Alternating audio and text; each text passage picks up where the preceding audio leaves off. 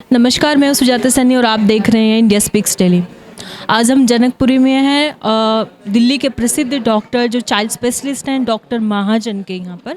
तो उनकी क्लिनिक पर हम हैं और यहाँ पर लिटिल विंग्स उनका एक प्रोग्राम किया गया है जिसमें जो बच्चे ऑटिज़्म को फेस कर रहे हैं उनके माता पिता और डॉक्टर्स का एक छोटा सा एक प्रोग्राम है जिसमें कि पेरेंट्स को डॉक्टर्स बताएंगे कि वो अपने बच्चों की देखभाल कैसे करें। आपको कब पता चला, कैसे पता चला कि आपके बच्चे के ये ऑटिज़्म फेस कर रहा है या नहीं? मैम एक्चुअली बाय बर्थ तो हमें पता नहीं लगा इसका, बट इसकी सोशल स्माइल नहीं थी और ये जब बाय बर्थ हैंड फ्लैपिंग करता था बहुत ज़्यादा, तो जब हम भी कुछ भी इसको कहते थे तो कोई रिस्पॉन्स नहीं देता था ये। बट हमें 3+ के बारे में इसका पता लगा बेबी का।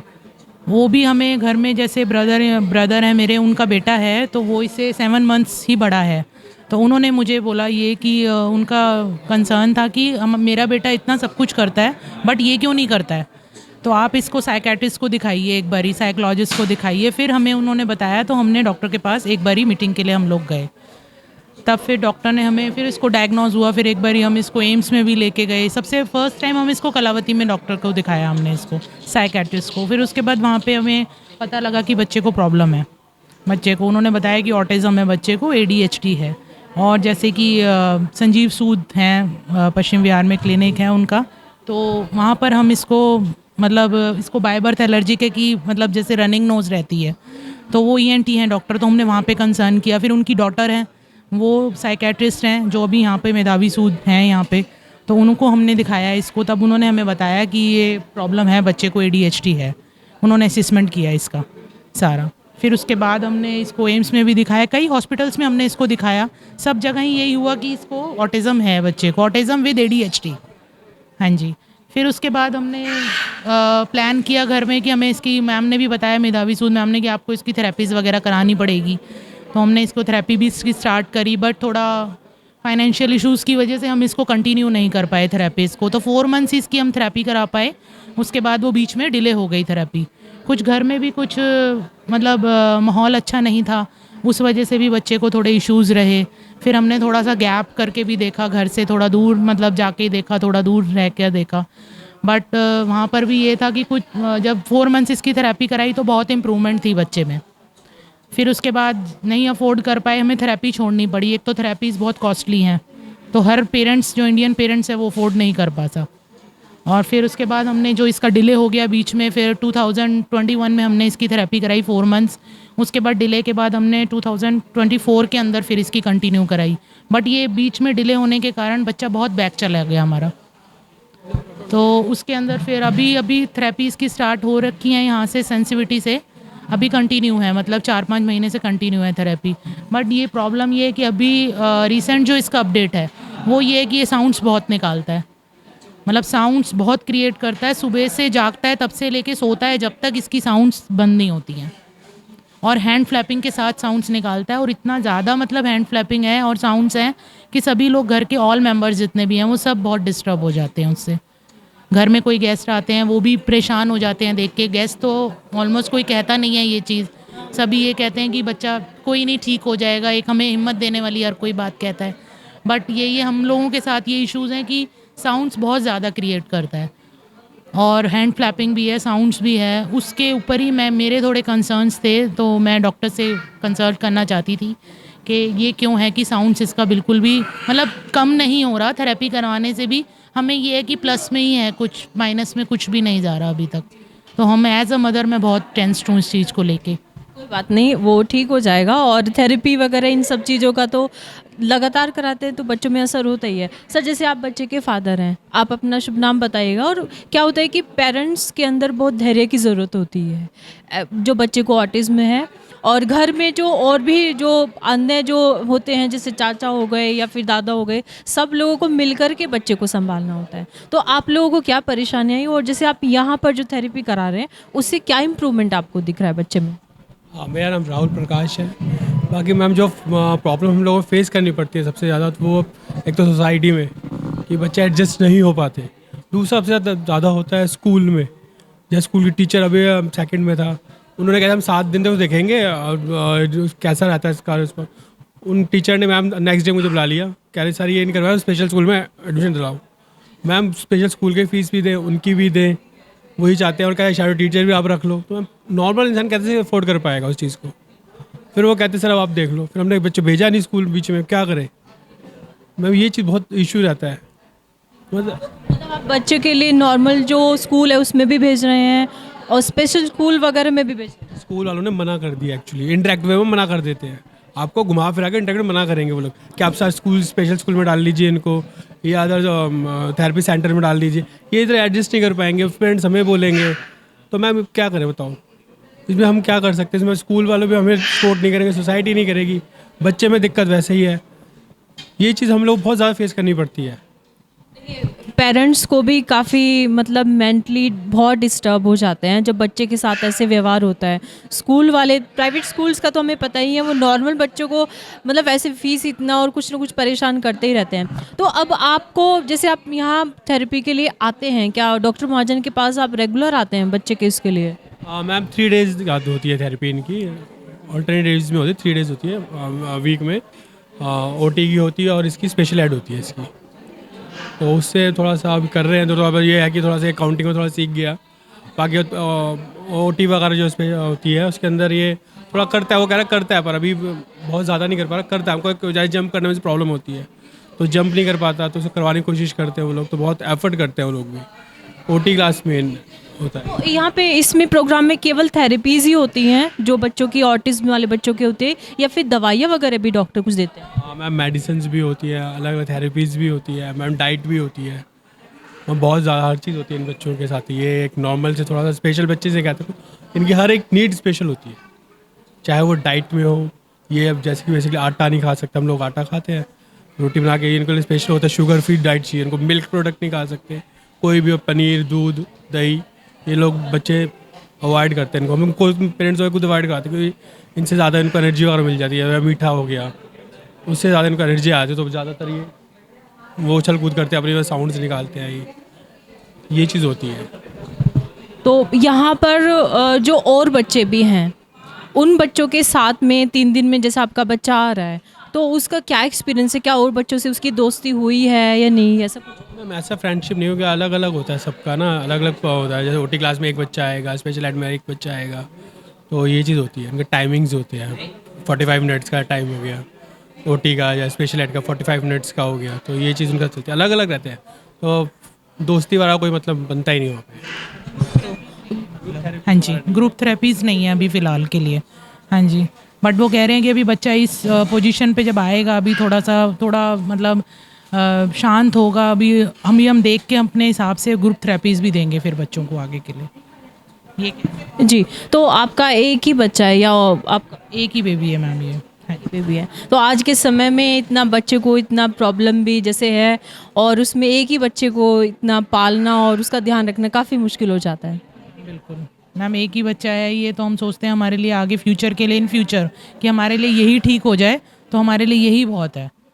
हाँ जी, तो मैम जिससे जैसे कि हमारे पास फाइनेंशियल इश्यूज़ इतना नहीं है, स्ट्रॉन्ग नहीं है हम उससे, और मैम घर में भी थोड़ा सा ये है कि हेल्पफुल नहीं है हमारे साथ जो हमारे पेरेंट्स हैं, तो मैम उनकी भी एज है, सब कुछ है, सब चीज़ें देखना होता है, तो उस कारण हम सोचते हैं कि हमारा एक ही बेटा है तो यही ठीक रहे, और यही आगे के लिए इन फ्यूचर इतना हो जाए कि अपने ऊपर किसी के ऊपर इंडिपेंड ना रहे, अपने ऊपर खुद इंडिपेंडेंट रहे। ये कि खुद अभी तो ये है कि अपने खुद से काम कर भी नहीं पाता है ये, जैसे सुबह इसको ब्रश भी हमें कराना होता है, बट ये है कि कपड़े अपने से पहन लेता है, अपने से उतार लेता है, बट ये है कि खाने में भी कभी कभार इसको प्रॉब्लम होती है, तो वो भी हमें हेल्प करनी होती है। तो मैं तो इन फ्यूचर यही बच्चे की एज कितनी? बच्चे की है 7+। हाँ जी, 3+ में हमें इसका डायग्नोज हुआ, पता लगा हमें इसके बारे में। उसके बाद से तो हम लगे हुए हैं कि हर कोई हमें कहता है कि आप ये भी चीज़ करके ट्राई करो, तो हम हर चीज़ ट्राई कर रहे हैं, बट अभी कुछ इम्प्रूवमेंट मतलब ये है कि अभी कुछ चीज़ों में ये है कि फ़र्क है कि कुछ चीज़ें हम बोलते हैं तो हमें रिप्लाई करता है, हमें समझता है सब चीज़ों को। जैसे हम किचन में कुछ काम कर रही हूँ, किचन से बाहर आ रही हूँ, लाइट बंद करनी है, अच्छा, मतलब जैसे आपसे इंटरेक्ट करता है, तो क्या बातचीत उसकी मतलब उसका वोकल ठीक है या उसमें भी कुछ प्रॉब्लम है? हम घर के जो मेंबर्स हैं उनसे तो बच्चा काफ़ी मतलब इंगेज है और काफ़ी समझता है सबकी बात, उनकी मतलब आई कांटेक्ट भी है उनके साथ, बट अननोन पर्सन बाहर, तो उनसे आई कांटेक्ट नहीं करता, वो जो कहते हैं तो सुन के अनसुनी वाली बात करता है। मैम आपका शुभ नाम क्या है और आप बच्चे के क्या लगते हैं? मैं इसकी मदर हूँ। माई नेम इज़ आस्था और इसका नाम मनवीर है। He is almost 2.5 years old. तो we don't have a diagnosis as yet, but ever since he turned 18 months, I have been noticing very prominent signs that made me suspect, autism. But right now we are not sure whether it is autism or not. एक Cliff hanger पे हैं हम लोग।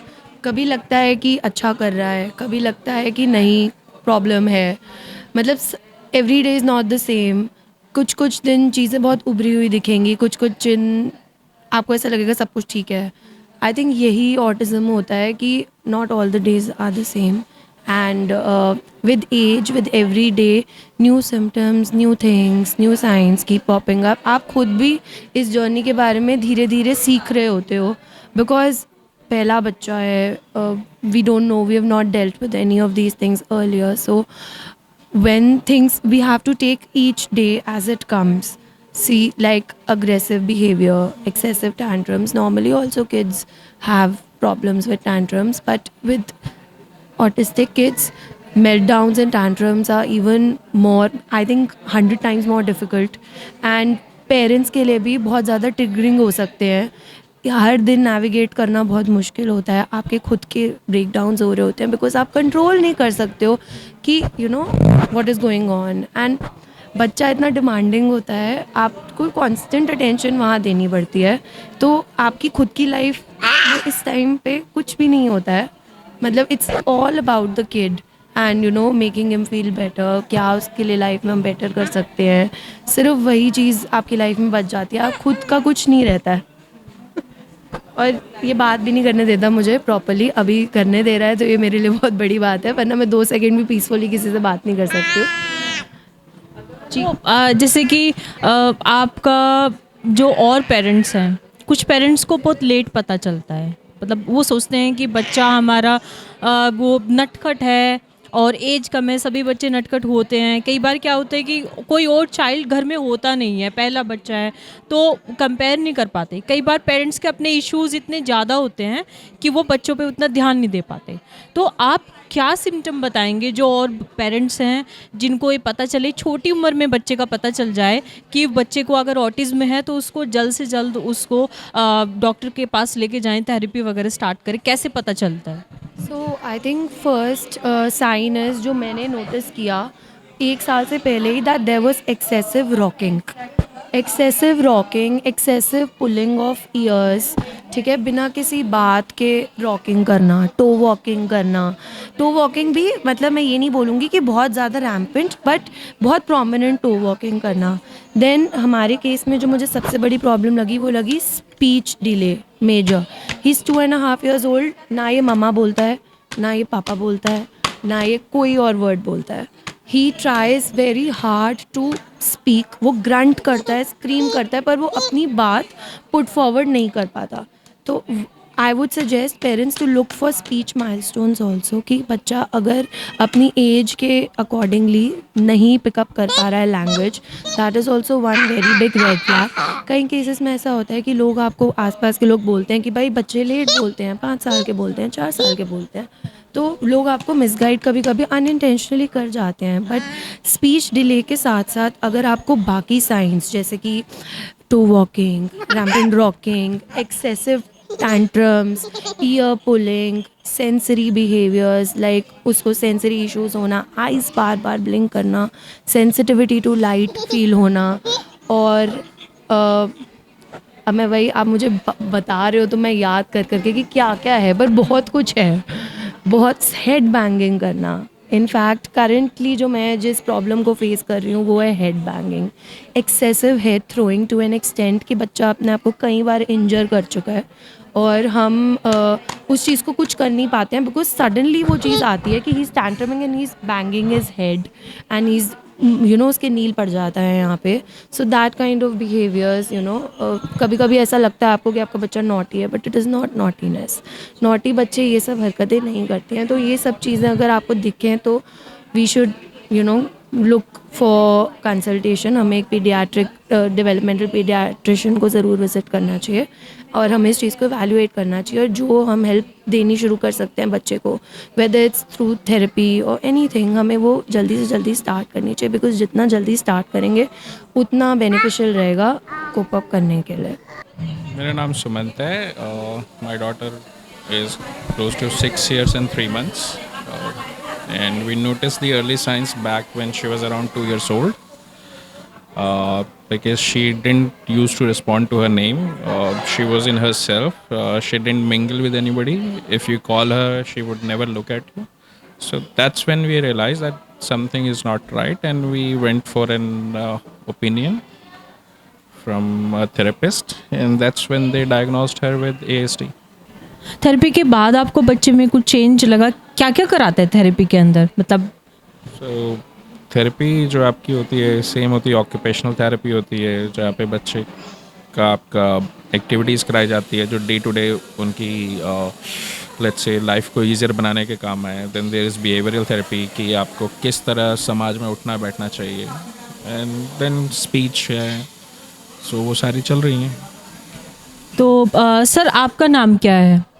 मैं उसी बच्ची का दादा। अच्छा, दोनों। अच्छा, तो अच्छा एक बात बताइए आप, जैसे कि बच्चे की स्कूलिंग वगैरह को लेकर आपको क्या दिक्कत आती है? Ma'am I am not sure आप कितना अवेयर हो इस सिचुएशन के साथ। मैं देखिए, जो ऑटिज्म को लेके मुझे जानकारी है थोड़ा, लेकिन क्या है कि सामने से जब हम बच्चों को देखते हैं हमें सारे बच्चे एक जैसे लगते हैं। है बट आप वो फेस नहीं करते, तो समाज में कितनी जागरूकता है वो आप नहीं जानते। जागरूकता नहीं है।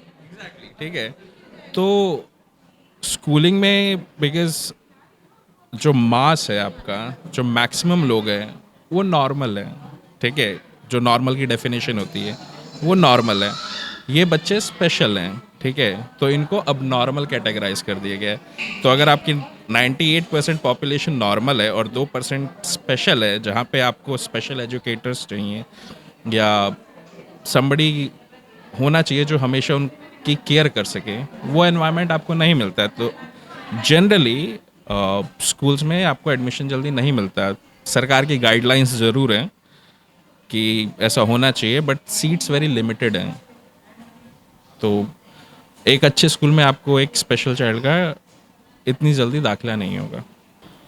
आपको तो पता ही नहीं है ना कि वो बच्चे ने ऐसे बिहेव क्यों किया, तो आप तो कभी नहीं समझ सकते उस बच्चे का दर्द क्या है।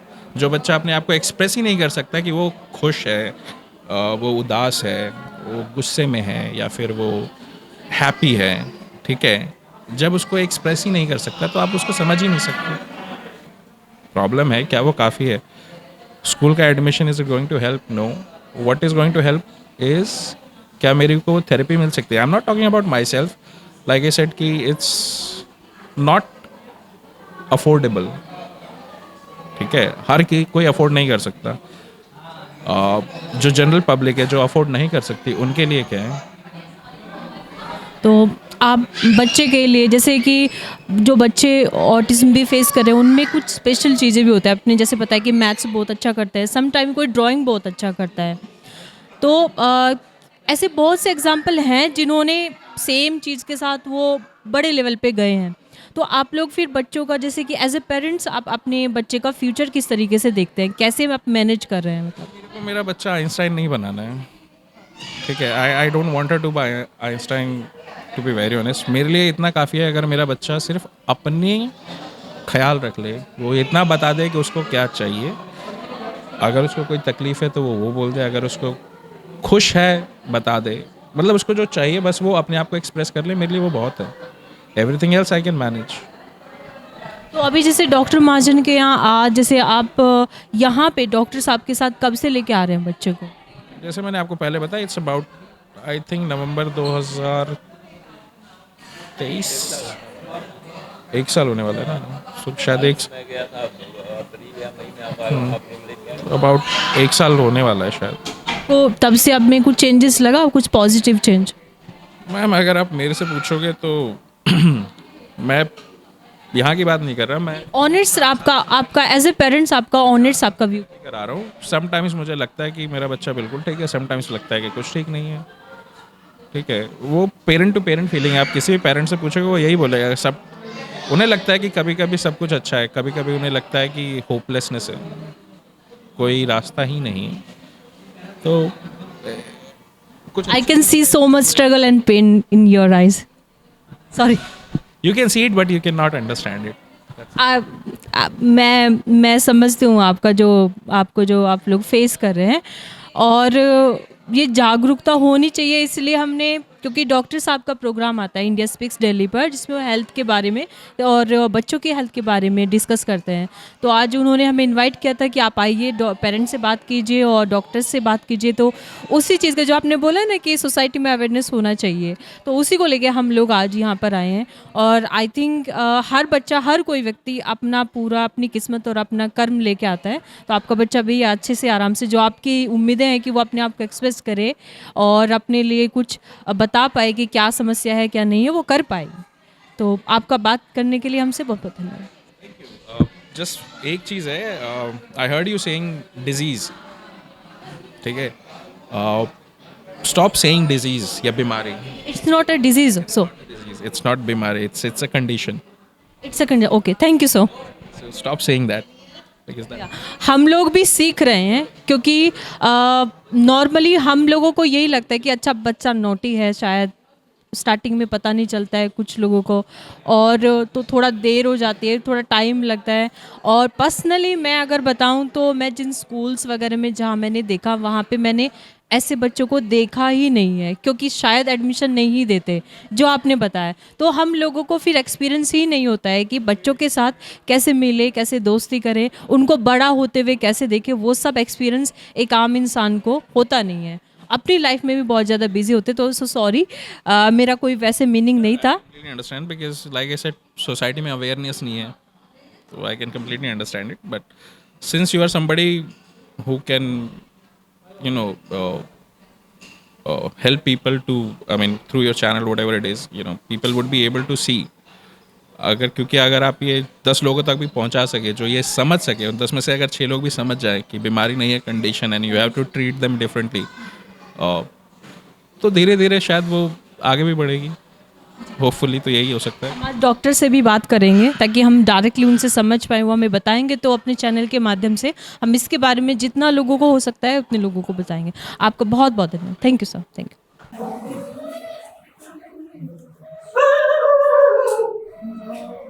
Rohan, come here. रोहन इधर आओ।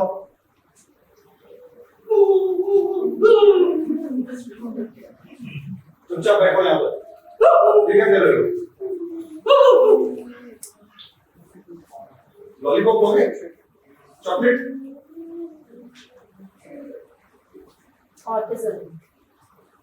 Why not eat? Who said all? Why? Four का पारा होता है। 4 was a 4, 4 was a 8, 4 was a 16. Wait, इधर देखो। 4 was a 16, 4 आराम was से a बैठो। 17. चलो, इधर आके आराम से बैठो। चलो, Keep yourself. क्या कर रहे हो? हाँ? This is 8 years. This is 8 years because he was too mobile and he was answering, he knew everything. And चलता जा रहा है, पर रुकते नहीं है।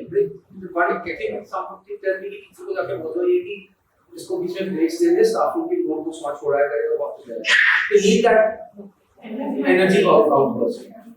So only conscious with hyperstimulation. ये तुम नया हो गया कुछ। This was what, grossly speaking, no, the point is you have to differentiate between purely intellectual retardation, intellectual disability and MR.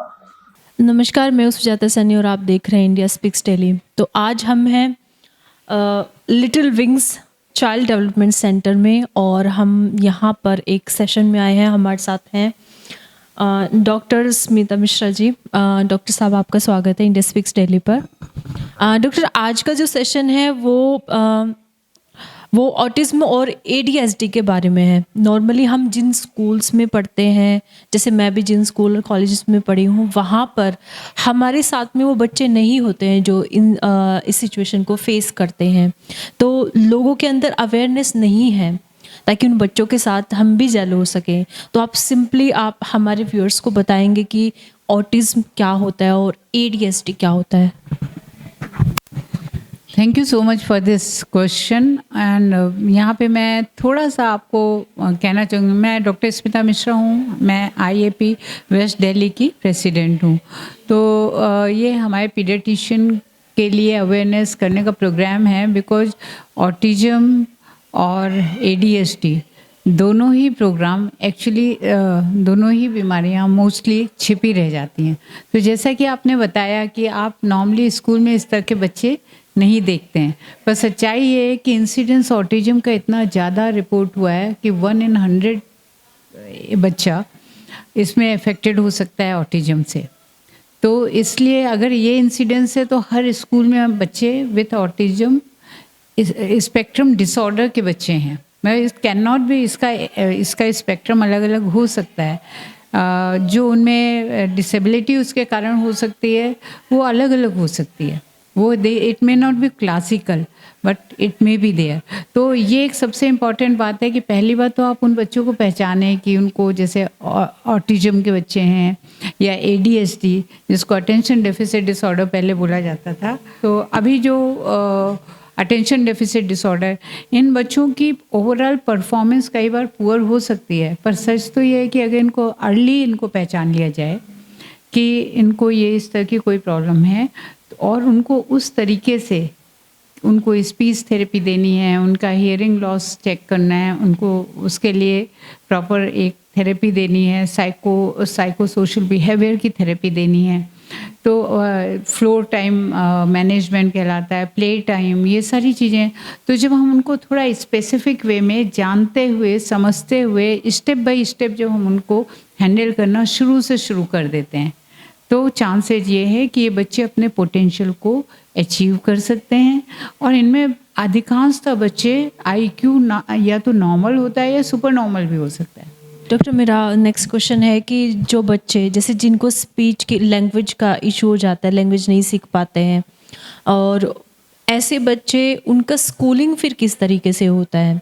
क्या उनको जो नॉर्मल जो रेगुलर स्कूल चल रहे हैं उनमें पढ़ना चाहिए या फिर उन बच्चों को अलग से स्कूल में डालना चाहिए? एज ए डॉक्टर आपको क्या ठीक लगता है? क्योंकि हमने पेरेंट्स से बात करी तो पेरेंट्स इमोशनली इस चीज़ को काफ़ी मतलब इमोशनली लेते हैं कि हमारे बच्चे को नॉर्मल बच्चे के साथ पढ़ना चाहिए, but at the same time उन्हें डर भी रहता है कि बच्चे को कोई हार्म ना पहुँचे, कोई बुली ना करे, उसको कोई साइकोलॉजिकली उसको कोई किसी तरीके का ट्रॉमा ना हो। तो आप इसमें क्या प्रेफर करते हैं कि कैसी स्कूलिंग होनी चाहिए?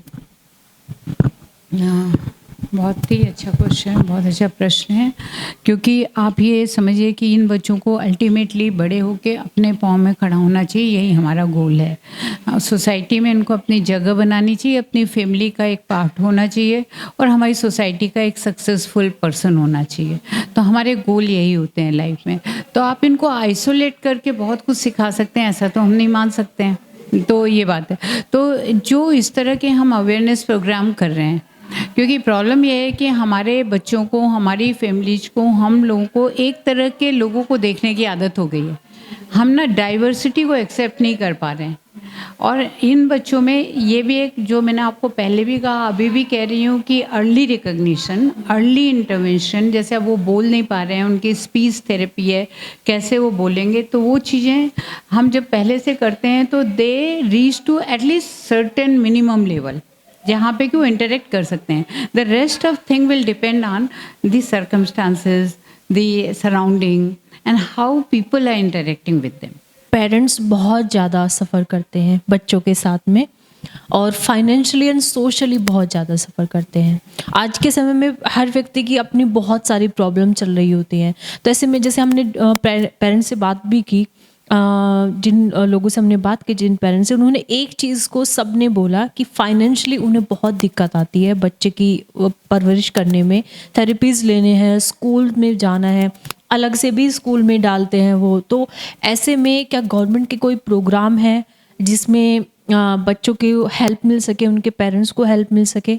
और क्या WHO में इस तरीके के क्या कोई प्रोग्राम है, जैसे स्कॉलरशिप या पेरेंट्स की भी को खुद भी थेरेपी की ज़रूरत पड़ जाती है बिकॉज वो बहुत ज़्यादा टेंशन में रहते हैं?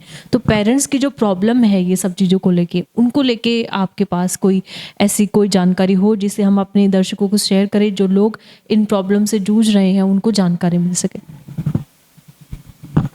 आई थिंक ये जो मतलब क्रक्स ऑफ प्रॉब्लम यही है कि हम कितनी भी बड़ी बड़ी बातें करें पर हम उन बच्चों को क्या दे पाते हैं अल्टीमेटली। बहुत सही बोला आपने, क्योंकि इनकी फाइनेंशियल बर्डन तो इतना ज़्यादा है, क्योंकि आप देखिए अगर हस्बैंड वाइफ दोनों हैं तो कम से कम एक को जॉब छोड़ना पड़ेगा।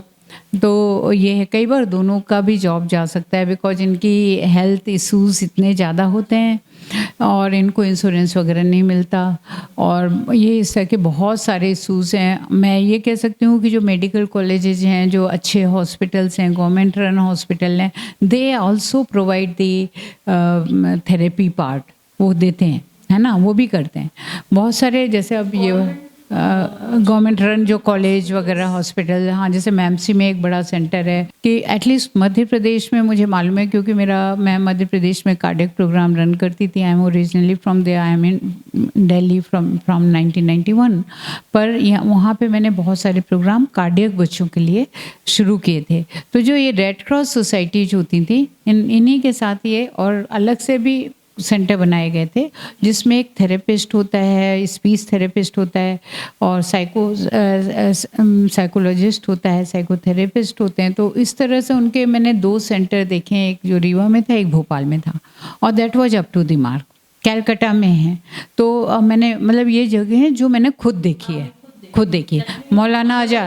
मौलाना आज़ाद मेडिकल कॉलेज, तो इन जगहों में है। पर मैं ये ज़रूर कह सकती हूँ कि एक तो सवाल ये है कि किसी भी गवर्नमेंट हॉस्पिटल में जाने के लिए ना, बल्कि छोटे सिटीज़ में शायद थोड़ा सा ईजी हो, पर लोगों में आजकल लोगों को रिटेन करना, उनको पे देना, ये सब चीज़ें ना बहुत ज़्यादा मिसमैच होता है, बहुत ज़्यादा मिसमैनेजमेंट होता है, इसलिए लोग छोड़ते हैं, आते हैं, जाते हैं। तो एक जो कंटिन्यूटी ऑफ केयर होती थी मेडिसिन में, वो थोड़ा सा कम हुई है, और वो एक बहुत अच्छी बात नहीं है। जो बड़ी सिटीज़ के हॉस्पिटल हैं, जैसे मैं बार बार मैमसी का नाम ले रही हूँ, पर वहाँ पे मुझे नहीं लगता कि इंटर करना इतना भी आसान है सबके लिए। तो all India institute of medical sciences, ये बड़े बड़े इंस्टीट्यूट हैं, they come out with they are actually policy maker more or less. तो ये सब हैं। और मैं ये भी बताऊंगी कि मतलब आजकल बहुत सारे पीडियाट्रिशियन इस फील्ड को चूज कर रहे हैं, जैसे हमारे डॉक्टर आशीष साहनी हैं, जैसे हमारे डॉक्टर विशाल वैद्या, इन लोगों ने इस फील्ड को चुना है कि वो इस पे काम करना चाहते हैं। पर ये मुझे पता नहीं है कि वो लोग प्राइवेट सेटअप में रह के कितना कॉस्ट इफ़ेक्टिव मॉडल क्रिएट कर सकते हैं, because it is very difficult to retain staff. आप एक लेवल तक का एक्सपर्टाइज क्रिएट करेंगे, पर उस एक्सपर्टाइज के बाद उसको आप रिटेन कर पाएंगे, वो मुश्किल हो जाता है। तो मैं मानती हूँ कि ये प्रॉब्लम है, पर मैं ये मानती हूँ, इस बात को बहुत ही ऑप्टिमिस्टिक हूँ मैं, क्योंकि जो चीज़ें पिछले 10 साल में उभर के आई हैं ना, with all WHO, UN, all, हम लोग अभी एक प्रोग्राम में जा रहे हैं 27 अप्रैल को, इसे मतलब साउथ ईस्ट एशिया का एक WHO UN के थ्रू प्रोग्राम है, जिसमें मैं भी जाने वाली हूँ। तो there we are doing a programme Down syndrome, और ये जो एक्चुअली गवर्नमेंट की जो नई एजुकेशन पॉलिसी आई है, वो भी बहुत पॉजिटिव साइन है, क्योंकि मैं अभी उस पर हमने एक कराया भी था राउंड टेबल, हमारा जो IAP वेस्ट से होता है, तो उसमें उन्होंने अब बहुत कुछ मेडिकल टर्मिनोलॉजी में और इस तरह की चीज़ें डाली हैं, जिससे कि आप एज ए चाइल्ड ही इन चीज़ों को समझना शुरू कर दो। और उसमें कोर्सेज डेवलप किए हैं जो स्किल बेस्ड कोर्सेज हैं, जिसमें कि आप कुछ 56 घंटे का करेंगे तो आपका एक लेवल का एक्सपर्टाइज होता है, 128 आवर्स का भी हो सकता है। तो ये वाले जो प्रोग्राम है, इसके थ्रू सेंसिटाइजेशन का एक बहुत बड़ा प्रोग्राम आ गया है थ्रू नई एजुकेशन पॉलिसी। तो अभी एजुकेशन पॉलिसी में जो पॉजिटिव चेंजेस आए हैं, उसके माध्यम से बच्चे सीख पाएंगे, बच्चों को हेल्प मिलेगी, स्किल उनका डेवलप होगा। और जैसे कि हमने समझा कि जो बच्चे ऑटिज्म वगैरह ये सब फेस करते हैं, उनके अंदर कोई ना कोई स्किल बच्चा डेवलप कर लेता है, और IQ भी आपने बताया कि नॉर्मल या हाई होता है। तो ऐसे में हम यही उम्मीद करेंगे कि पेरेंट्स की जो मुश्किलें हैं वो कम हो। और आज का जो सेशन हमारा रहा वो बहुत अच्छा रहा। तो डॉक्टर साहब, आपको बहुत बहुत धन्यवाद।